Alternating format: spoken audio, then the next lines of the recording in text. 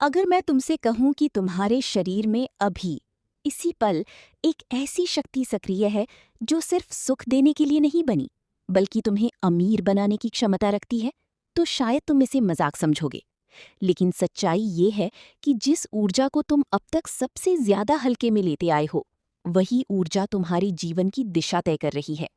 यही वो शक्ति है जो तुम्हें नीचे भी खींच सकती है, और अगर तुमने इसे समझ लिया तो यही तुम्हें उस ऊंचाई तक ले जा सकती है जहां पैसा, अवसर और सफलता तुम्हें ढूंढते हुए आते हैं। ये कोई मोटिवेशनल लाइन नहीं है, ये एक प्राचीन रहस्य है जिसे सदियों तक छुपा कर रखा गया, क्योंकि हर कोई इस शक्ति को संभालने के लिए तैयार नहीं होता। तुमने कभी गौर किया है कि कुछ लोग बिना ज्यादा कोशिश के भी हर जगह सक्सीड होते दिखते हैं? उनके पास कोई जादुई टैलेंट नहीं होता, फिर भी उनके पास पैसा आता है, मौके आते हैं, लोग उन पर भरोसा करते हैं। और दूसरी तरफ कुछ लोग दिन रात मेहनत करते हैं, फिर भी वहीं के वहीं रह जाते हैं। फर्क सिर्फ स्किल्स का नहीं है, फर्क उनकी ऊर्जा का है। क्योंकि ब्रह्मांड तुम्हारी शब्दों से नहीं, तुम्हारी एनर्जी से रिस्पॉन्ड करता है। और तुम्हारी सबसे पावरफुल एनर्जी, जिसे तुम बार बार बिना सोची समझे खर्च कर देते हो, वही तुम्हारी रियलिटी को शेप कर रही होती है। तुम्हारे शरीर में एक केंद्र है, नाभि के नीचे, स्वाधिष्ठान चक्र, जहां ये पूरी शक्ति जमा होती है। यही वो स्थान है जहां से सृजन शुरू होता है, जहां से अट्रैक्शन पैदा होता है, और जहां से प्रॉस्पेरिटी का बीज अंकुरित होता है। लेकिन समस्या ये है कि हमें कभी सिखाया ही नहीं गया कि इस ऊर्जा को संभालना कैसे है। हमें बस इतना पता है कि इसे महसूस करना है और फिर उसे तुरंत बाहर निकाल देना है। और इसी एक आदत ने हमें भीतर से खाली कर दिया है, इतना खाली कि हम बाहर से कितना भी भरने की कोशिश करें, वो टिकता नहीं। अब जरा सोचो, अगर यही ऊर्जा जो अभी बिखरी हुई है, अगर तुम इसे इकट्ठा करना शुरू कर दो, अगर तुम इसे अपने भीतर रोकना नहीं बल्कि उसे ऊपर उठाना सीख जाओ, तो क्या होगा? धीरे धीरे तुम्हें महसूस होगा कि तुम्हारी अंदर एक अलग तरह की बेचैनी पैदा हो रही है। लेकिन ये बेचैनी तुम्हें गिराने के लिए नहीं, तुम्हें आगे धकेलने के लिए है। तुम्हारा माइंड अचानक क्लियर होने लगता है, तुम्हारी इच्छाएं शार्प होने लगती हैं, और सबसे खास, तुम्हारे अंदर एक अजीब सा कॉन्फिडेंस आने लगता है, जो बाहर से नहीं, भीतर से उठता है। जब तुम पहली बार ये समझना शुरू करते हो कि तुम्हारे भीतर जो ऊर्जा है वो सिर्फ एक साधारण इच्छा नहीं बल्कि एक जीवित शक्ति है, तभी तुम्हारी जीवन का असली द्वार खुलता है। ये वही ऊर्जा है जो तुम्हारे स्वाधिष्ठान चक्र में स्पंदित होती है, नाभि के नीचे का वो केंद्र जहाँ सृजन की जड़ है, जहाँ से जीवन की हर संभावना जन्म लेती है। ज्यादातर लोग इस ऊर्जा को केवल क्षणिक सुख में खर्च कर देते हैं, और फिर उन्हें समझ ही नहीं आता कि क्यों उनके जीवन में बार बार रुकावटें आती हैं, क्यों पैसा टिकता नहीं, क्यों अवसर उनके पास आते आते छूट जाते हैं।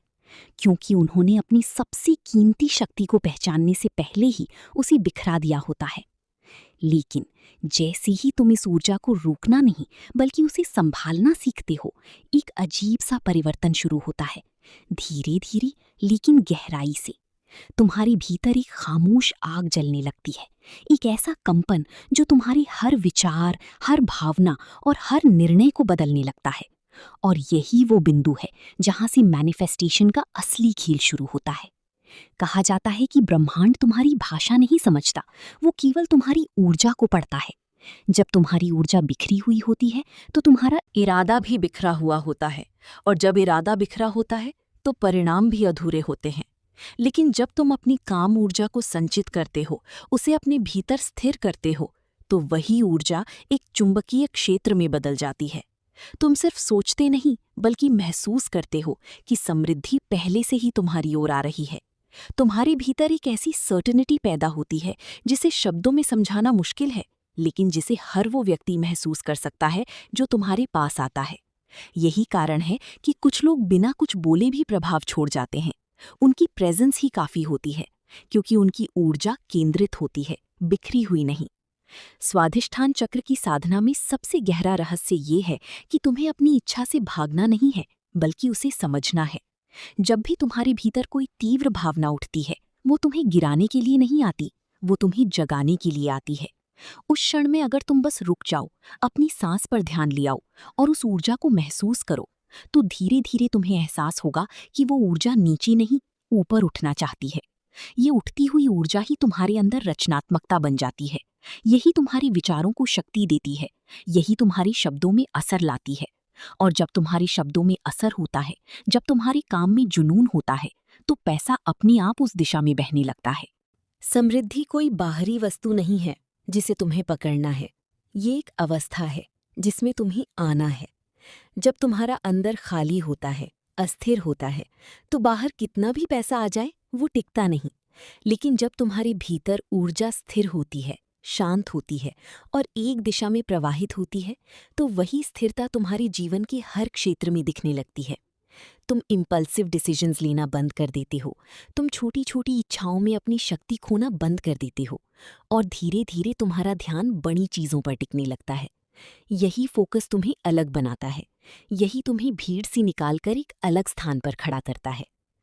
तंत्र और योग में कहा गया है कि जब तक तुम्हारी ऊर्जा नीचे के केंद्रों में उलझी रहती है, तब तक तुम्हारा जीवन सर्वाइवल और क्रेविंग के बीच झूलता रहता है।